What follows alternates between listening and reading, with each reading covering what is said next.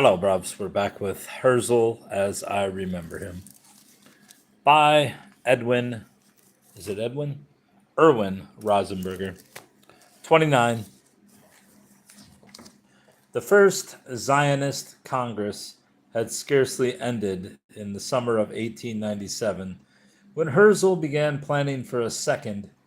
He was firmly convinced of the need for a periodic convocation of Zionist adherents from all over the world, and the success of his initial effort encouraged him in this belief.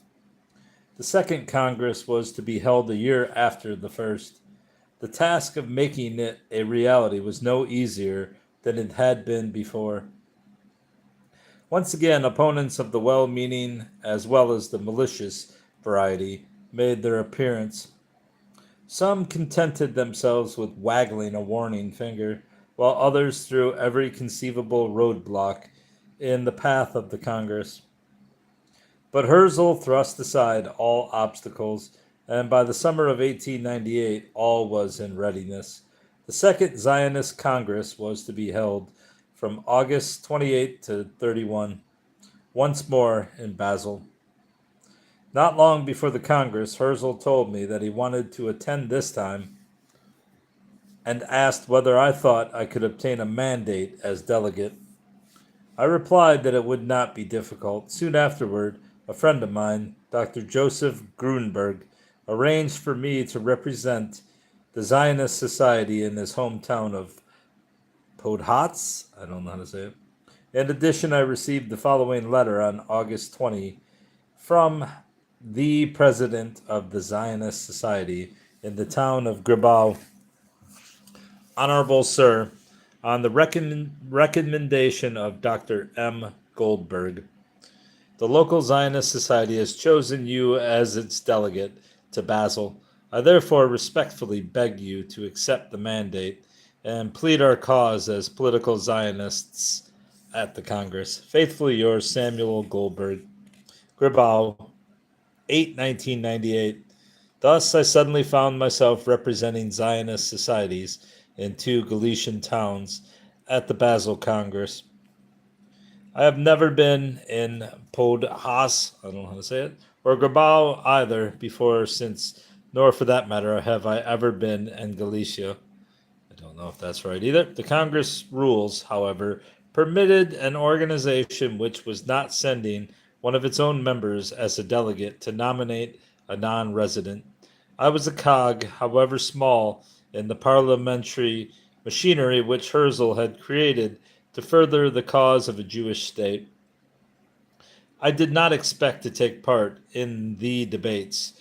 I would leave that to persons older and wiser than myself, but I would be able to cast my vote and thus make my contribution toward Congress decisions.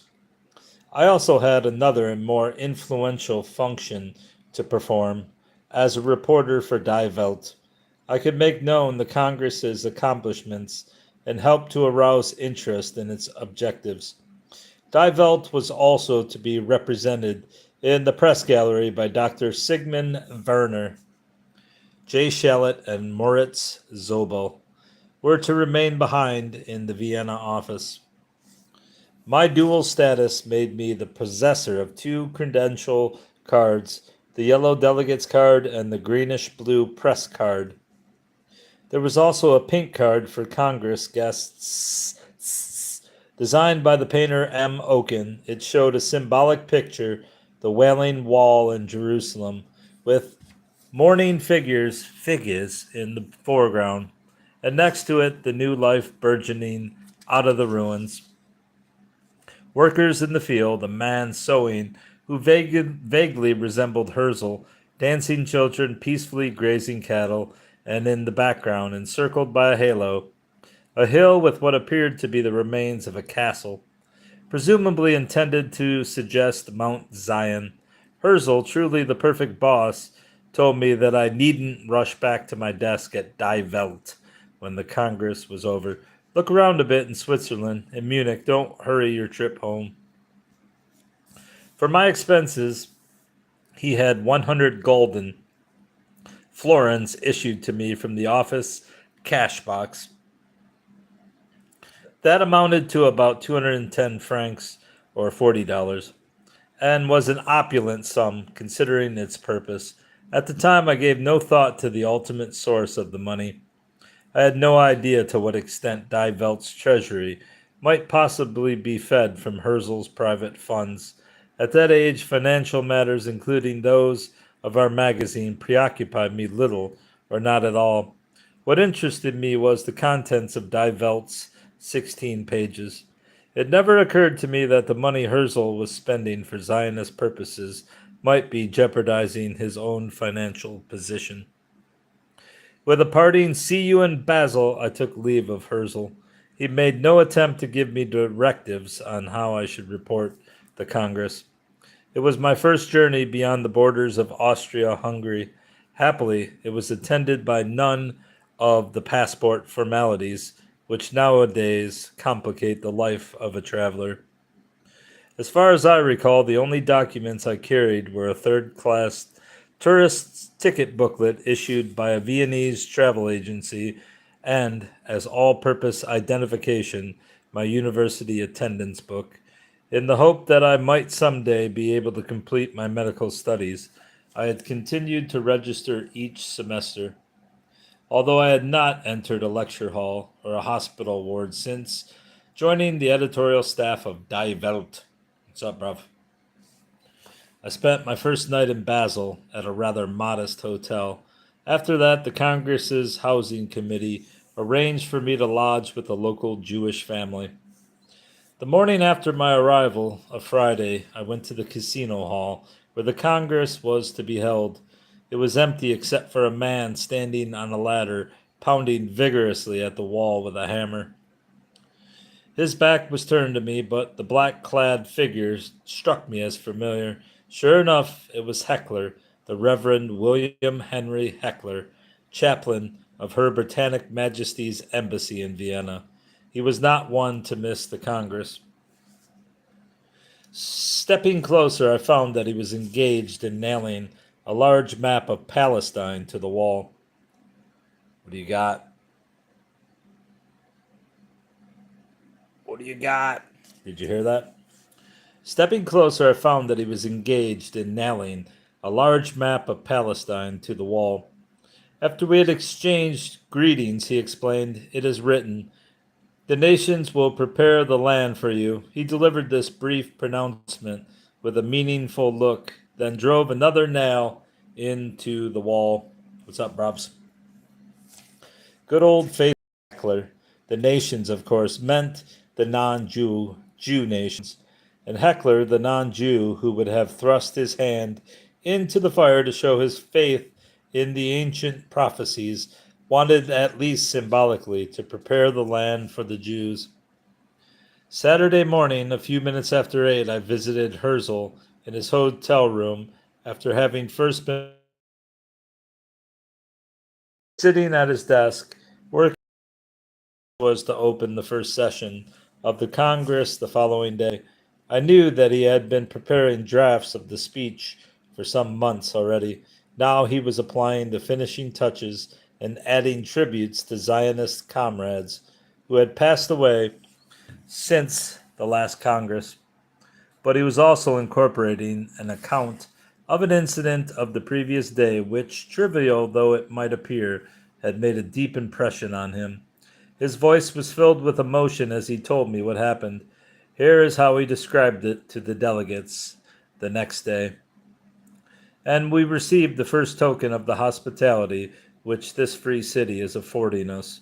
The day before yesterday, on St. Jacob's Day, the troops were returning from the festival in the evening. They were marching past our Congress building.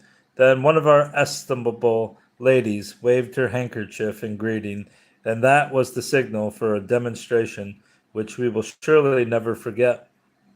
As they went by, the troops saluted our people, who were cheering them, and a new and unexpected cry surged up from the street. Hurrah for the Jews! Many a one among us may have felt the tears welling up in his eyes. At such a moment one can lose the composure one has learned to maintain under oppression of all kinds, under the most unjust accusations. See ya, bruv.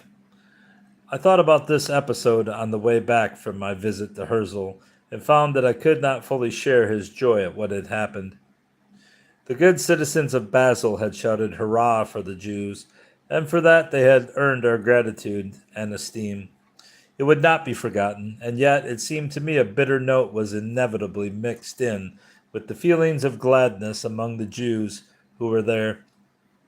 For how sad it was that this shout of greeting, which would have been taken for granted by any other people, should seem so precious and noteworthy to the Jews. In Herzl's eyes, the demonstration of sympathy had been largely inspired by the Zionist banner fluttering from the balcony of the Congress building. He felt that the flag with the Star of Zion had been a catalyst that drew the Jews and the citizens down below closer together. While in Herzl's hotel room, I had noticed that he had clothes laid out, of the sort one wears on solemn occasions, a gleaming black top hat, and a long full dress jacket that reached down below the knees. He was preparing to attend Saturday morning services in the Basel synagogue. I wrote a short report for Die Welt on the services. The large temple was filled to overflowing. The foreign Jews who had come to attend the Congress wore blue and white rosettes with the Star of David, which stood out against their black costumes. The local Jews who had given the Zionist visitors a hearty welcome were also present in large numbers. The synagogue was a beautiful tall structure in Moorish style. Colored arabesques covered the walls right up to the two mighty domes, from which golden stars set in a blue background looked down upon the stars of Zion below. When the Torah was taken out, Herzl was called to the altar. To what extent Herzl's visit to the synagogue sprang from a religious need, and to what extent it represented a concession to the religious feelings of Congress delegates, is a question I will not go into here. At all events, his attendance at the services did not fail to impress the more devout among his followers. The following day, Sunday, August 28th, 1898, the Second Zionist Congress opened. The atmosphere in the hall was almost like that of a religious festival, a festival at once joyful and solemn. When Herzl appeared on the rostrum, he was met by a tumultuous roar which could not have been greater if he had been one of the chosen of Israel, returned to earth, clad in the robes of a high priest. The delegates rose from their seats, waving, cheering, and stamping their feet. The ovation seemed as though it would never end. During a brief lull, Herzl turned to greet some of the delegates seated on the platform, but the moment he turned back to the gathering, the applause burst forth again. At last, Herzl began to speak, but his address was interrupted by repeated salvos of applause. When he proclaimed his readiness to carry the battle to the enemies of Zionism, his listeners' enthusiasm knew no bounds. The conclusion of the speech set off a new ovation. Delegates rushed to the platform to congratulate the speaker and shake his hand. In the gallery, the guests leaned over the railing and waved hats and handkerchiefs. From my place at the press table, I had a good view of the hall. Every seat was filled. Among the delegates and guests, one could see men and women, gray beards, striplings, and all the gradations of age in between. Western European Jews in modern dress, and Eastern European Jews in Orthodox garb, with long black kaftans and black skullcaps, every racial strain which the Jewish people had acquired in its millennial wandering seemed to be represented in the hall. The Congress was, among other things, an ethnologist's paradise. On the second day of the Congress, an incident occurred which brought the Russian delegates, and with them the entire Zionist movement, to the very brink of disaster. The previous day had been marked by a sensational development on the international scene. The Tsar of Russia had issued an appeal for a peace conference.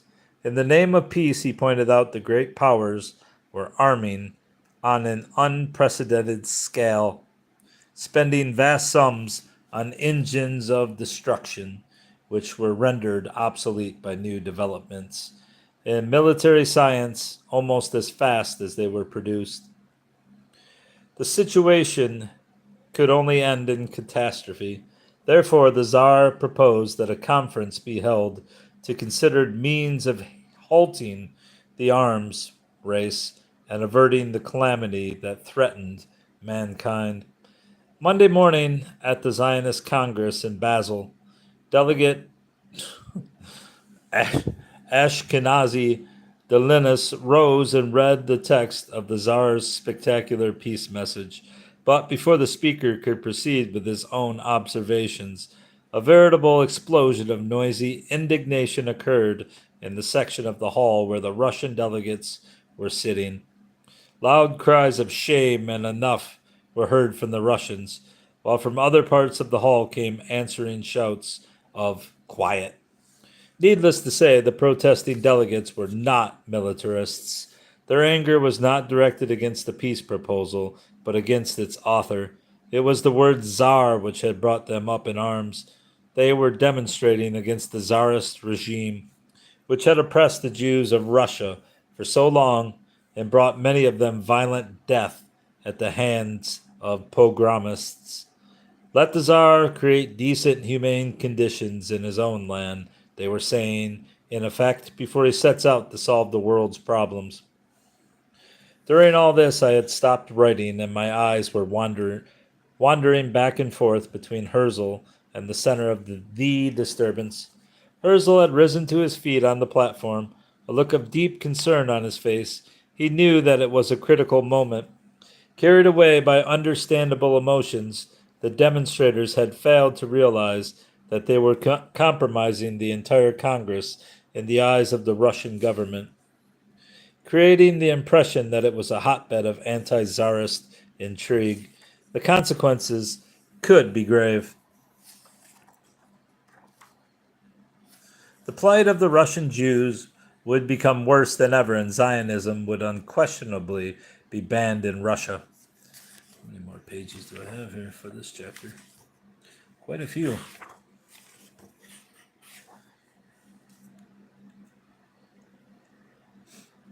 Russian delegates would be unable to attend future congresses, and the effort to create a Jewish state would henceforth have to contend with bitter opposition from the Tsar. As for the Russian delegates now in Basel, who could say what their fate would be when they returned home? All these thoughts were racing through Herzl's mind as he stood on the platform, but he swiftly showed that he was master of the situation. Employing all of his authority and skill, he prevailed upon the hotheads to listen while Max Nordau addressed the Congress. Nordau temperately, yet cogently, explained to the Russian delegates what a dangerous game they were playing. Then he introduced two motions which Delegate Ashkenazi Delinas had been unable to read amid the general hubbub. These proposed first that the Congress express approval of the Tsar's initiative on behalf of a peace conference, and second, that a memorandum be addressed to the participants in such a conference, calling upon them to let justice be done at last to the Jewish people and to support the latter's return to the land of their fathers. Nordau's speech, together with a statement by another delegate, Dr. Bodenheimer, and an effective concluding word by Herzl, calmed the troubled waters.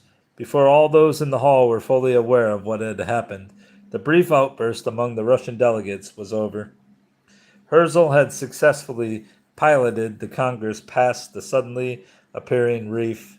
A stern warning note, hastily scribbled and sent to the Russians, had been a decisive factor.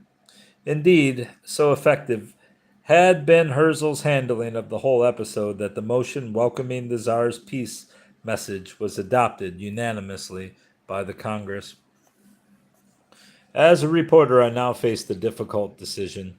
Die Welt had subscribers in Russia, and it could be assumed that the Tsar's police scrutinized it regularly for possible objectionable material. If I wrote a factual account of the incident that had just occurred, it might have all the tragic consequences referred to above. I finally decided to violate my journalistic conscience and wrote an innocuous report which contained not a word about the brief flurry among our Russian comrades. After Herzl, Max Nordau was the most respected figure at the Basel Congress. His standing was high among those in the hall, and his international fame as a writer lent prestige to the gathering in the outside world. Nordau had been living in Paris since 1880, and like Herzl was versed in all the refinements of French parliamentary procedure. He was therefore eminently qualified to direct the proceedings of the Congress when, as vice president, he occasionally took over the chair from Herzl. His name, his physical appearance, his behavior at the Congress, and his oratorical gifts won Nordau the respect of all those present. Even the rabbis and the Orthodox Jews, with that handsome, white-bearded philosopher's face before them, could forgive for the moment his many attacks on the religious life and his refusal to attend synagogue services while in Basel. The son of Rabbi Gabriel Studfeld, they told themselves, had found his way back to Judaism, if not by the faith of religion, then by that of national consciousness. At the Second Zionist Congress, just as at the first, Nordau offered the delegates a masterly exposition of the overall situation of the Jewish people. What he presented was, by and large, a melancholy picture. Only in Holland, Belgium, Italy, Switzerland, and the Scandinavian countries did the Jews find justice and sympathy. Nordau neither varnished the truth nor painted it in overly dark hues, and the reactions of the delegates from the various countries attested to the accuracy of his portrayal. In my report to Die Welt, I tried to do justice to the impression which Nordau made on those who heard him. He held his audience completely spellbound. Only Herzl exerted a similar power. Such was Nordau's artistry on the rostrum that one might have thought he had spent decades in a parliamentary chamber, taking passionate part in every debate. Every syllable, every letter was sharply enunciated, and the inflection conveyed the subtlest nuances. Nordau keyed his tempo at any given moment to the particular theme he was treating. One moment the words would follow one another in measured, leisurely fashion. The next they would pour forth in a swift stream. And always they were accompanied by the natural, appropriate gesture. One episode at the Basel Congress is connected with the origin of Herzl's novel, Alt Neuland, Old Newland. After the morning session on the third day of the Congress, a luncheon was held for the press at the Hotel Braunschweig. Most of the reporters were there as well as a number of distinguished figures from the worlds of literature, scholarship, and religion, including Herzl, Nordau, Bernard Lazare, and the Reverend Dr. Moses Gaster Hackham of the Sephardic congregation in London. There were some 30 guests in all. Toasts were offered, and tongues began to loosen as the wine flowed. Herzl acted very much en familier, a journalist among journalists. For the moment, his high station as Congress president was forgotten. Inevitably, he was called upon to say a few words, and thereupon he proceeded to violate a principle to which he invariably remained faithful, that one does not divulge literary plans in advance, particularly if one's professional colleagues are present. In the course of a humorous talk, Herzl declared, "I have already had a try at every type of writing and journalism, with just one exception. I have yet to write a real novel. However, I plan to correct that deficiency soon. It is going to be a Zionist novel." He then briskly outlined the plot of a novel dealing with the future, the book which later received the title Altneuland. I'm going to get that. Back in Vienna, not long afterward, Herzl asked me one day, Rosenberger, do you remember my discussing at the journalist luncheon in Basel an idea for a Zionist novel set in the future? I remember it very well, I replied. Jot down for me what I said at that time. Herzl then requested I was in a buoyant mood, and I would like to know how much I disclosed. I had listened, I think it's supposed to be listened, very intently to what Herzl said at the Basel luncheon, and since I was virtually a total abstainer, my wits had been unclouded by the copiously flowing spirits. What do you got, bruv? The next day, therefore, I brought Herzl something rather close to a verbatim transcript of his remarks about the projected novel. Since then, I have often wondered would Alt Newtland ever been written if Herzl had not revealed its main ideas that day before an audience of newspaper men and writers. For a year after the luncheon episode, there was no word as to whether Herzl, amid all his other work, was writing a novel as well. I was in daily contact with him, but I was not bold enough to bring up the subject, and he himself never referred to it. In the summer of 1899, Herzl returned from another Zionist Congress in Basel, the third, which was held August 15 through 18. I had no idea whether he had said anything about his novel, and if so, what, just as 2 years earlier I had remained behind to put out the Congress issue of Die Welt. Then on August 29th, the office boy brought me a short note from Herzl's home. Vienna, August 29th, 1899. Dear Rosenberger, regarding my novel, please be sure to print nothing but the enclosed lines. Sincerely yours, T.H.H. Theodor Herzl. The enclosed lines, which were published in Die Welt of September 1, were as follows. As Dr. Herzl stated in Basel, he is working on a novel depicting conditions in the projected new Commonwealth 20 years after its creation. At last, Herzl's novel was an acknowledged fact. There was no indication of how he had come to make the disclosure in Basel. And I did not ask. The important thing was that he had now formally announced in print that a novel was taking shape in the study at number 6 Burgos. Realizing that I still remembered everything he had said the year before at the journalists' luncheon and might be tempted to offer the reader a few further details about his book, Herzl had asked me to print nothing but his bare announcement. He was proceeding on the very sound principle that the reading public should be allowed to sniff the tempting aroma emanating from the kitchen, but should not be told too far in advance precisely what dish was being served up. As yet, the book had no title, or so I thought. As it happened, Herzl had made the following entry in his diary on August 30, the day after he sent me the announcement. Today, as I was jolting along in the streetcar on my way out to Bauring, the section of Vienna where Herzl lived, the title for my Zionist novel occurred to me, Altneuland, a borrowing from the name of the Altneuschel in Prague. The word will someday be famous. Herzl hesitated at first to make the title known to the public, whether because he did not want to talk too much about his novel or because he wished to avoid personal publicity or because he had not definitely decided to use that title. It was not until 7 weeks later, in the middle of October, that he handed me a piece of paper with the remark, "This goes in the World Chronicle column." On it were barely 3.5 handwritten lines.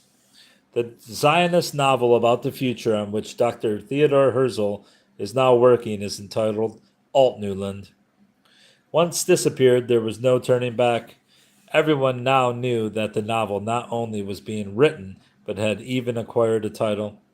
In fact, Herzl printed the item precisely because he wanted to cut off his own retreat, to obligate himself to complete the project. Then he would not succumb to the temptation, whether for lack of time or another reason to consign the unfinished manuscript to an eternal resting place in some dark corner of his desk. The word will someday be famous, Herzl had written in his diary, referring to the title of his novel. A rather self-assured remark, it might seem, but it proved to be among those of his prophecies, which ultimately came true. Herzl was highly pleased with the results of the Second Zionist Congress. That was apparent both from the way he looked and from what he said. And it was not just the concrete results, but equally the imponderable moral gains that gratified him. After the first Congress, the opinion had been widespread that the Jewish Parliament's premier performance would prove to be its last. Now, with the holding of the Second Congress, those who held this view would have given the lie. Indeed, if a second Congress was possible, then why not many more? Zionism's prestige had risen perceptibly. For Herzl, the Second Congress was a kind of military review. He saw that he had followers and that they were worth their salt. The quality of the speeches and debates showed this. This time, too, the Congress participants could truly call themselves delegates, for each of them was the duly elected spokesman for some group, and his mandate had been carefully checked and approved by the Congress's Credentials Committee. At the first Congress, there had been a good many delegates who represented no one's views but their own, but now Herzl could look down from his president's chair upon the representatives of thousands of men and women who stood behind him and the Jewish state idea. Now he was indeed the leader of a movement. Indicative of the public stir caused by the Second Zionist Congress was a long article that appeared in the New Preußische Zeitung of Berlin on September 10, 1898. The paper was popularly known as the Kreuzzeitung, since there was an iron cross symbol ringed by the legend "Forward with God for King and Country" between the words Preußisch and Zeitung of the title, widely read in Germany. The Kreuzzeitung was strongly clerical and ultra-conservative. It had never been accused of excessive fondness for the Jews, yet the first paragraph of its September 10 article clearly showed that, after the Second Basel Congress, Zionism had become a force to be reckoned with. At the end of the last month, as our readers know, the Zionists held a Congress in Basel for the second time. They have set themselves the task of rallying the Jewish people on a national basis and creating a legally secured, publicly recognized home for them in the land of their fathers. Until now, these efforts to establish a Jewish state in Palestine have been scoffed at. The curious scheme was thought to be merely the brainchild of a few Jewish visionaries, but the course of the Basel Congress has shown that the Zionist organization has progressed further than was supposed, and that the colonization of Palestine is to be begun shortly with the help of a Jewish national bank, capitalized in the amount of 40 million marks. Consequently, the Congress can claim the right to be taken seriously. As a result of the Second Congress, a number of prominent newspapers throughout the world thrust the Jewish state movement from its previous semi-obscurity into the light of publicity. The overwhelming majority of them did so in a sympathetic rather than antagonistic spirit. Let's see how long this next chapter is before I proceed with it. Not long at all. 30. At the Second Zionist Congress, a number of women sat as fully accredited delegates. Today, the fact would not even be worth mentioning, but things were very different back then. Only a year before, a delegate to the First Congress had risen to ask the chair whether women were entitled to vote and had received the reply from Herzl: "The ladies are, of course, highly honored guests, but they will not take part in the voting. 60 years ago, the old Latin injunction was still largely in force. Muliae taceat in ecclesia, let the women be silent in public assembly. Yet the Second Congress in 1898 repudiated this doctrine of female inferiority. Women had rendered notable services to the Zionist movement and had been delegated by various Zionist groups to represent them at Basel. Women's hats, generously beribboned in the current style, were to be seen throughout the Congress Hall. At the final session, a woman delegate, Frau Ellman, expressed her gratitude for the Congress's stand. The Jewish woman has been given a seat and a voice in the councils of the men. This right which has been granted her imposes upon her the duty to do all in her power to further our great work.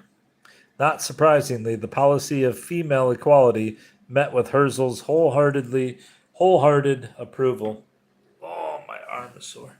What did seem rather remarkable to me, however, was the attitude of the more religious members of the Congress, especially the Orthodox rabbis from Eastern Europe.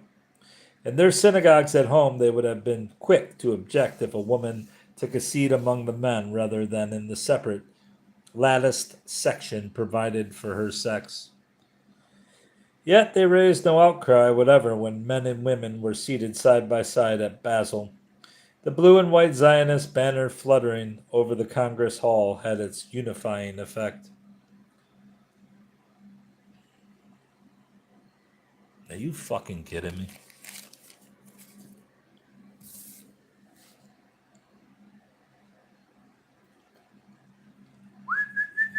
A festive gathering of delegates on the evening of August 29 was marked by a lyrical tribute to the Congress's distaff participants.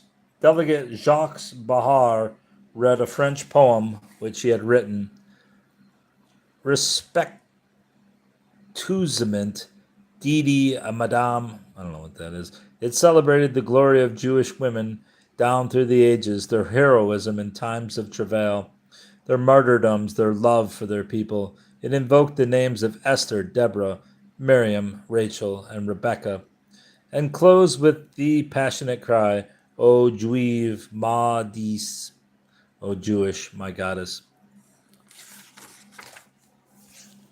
German was the official language at the Second Congress, just as at the first. Speeches delivered in Hebrew, Russian, French, or English were translated into German afterward. The privileged position of German at the Congresses and in the Zionist movement generally resulted chiefly, of course, from the fact that it was Herzl's mother tongue and the one in which he preferred to express himself. His pamphlet Der Judenstaat, which had contributed so mightily to the birth of Zionism, was written in German. So too was Die Welt, which served as the more or less official Zionist organ. The Zionist Action Committee set up to assist Herzl had its headquarters in Vienna, and its statements and directives were issued in German. Moreover, the Jewish university students of Vienna, who had been among the first to rally to Herzl's side, now formed a kind of shock troop engaged in carrying the Zionist idea to the Jewish people.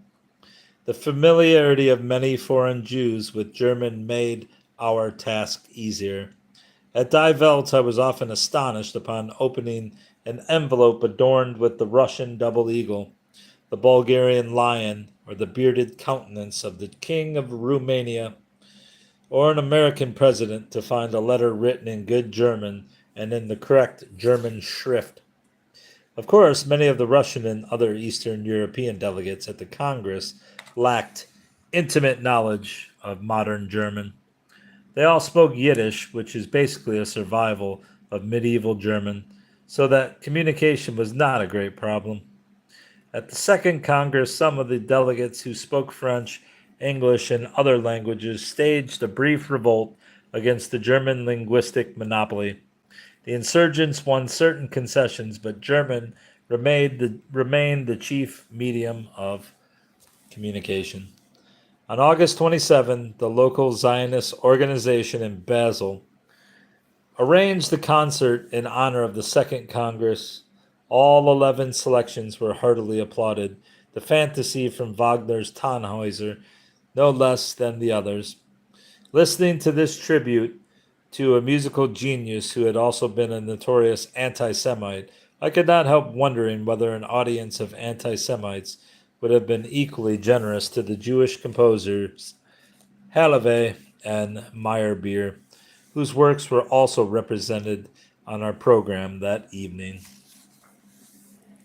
And that's going to end this chapter. Chapter was it? 30. All right, bruvs. That's all.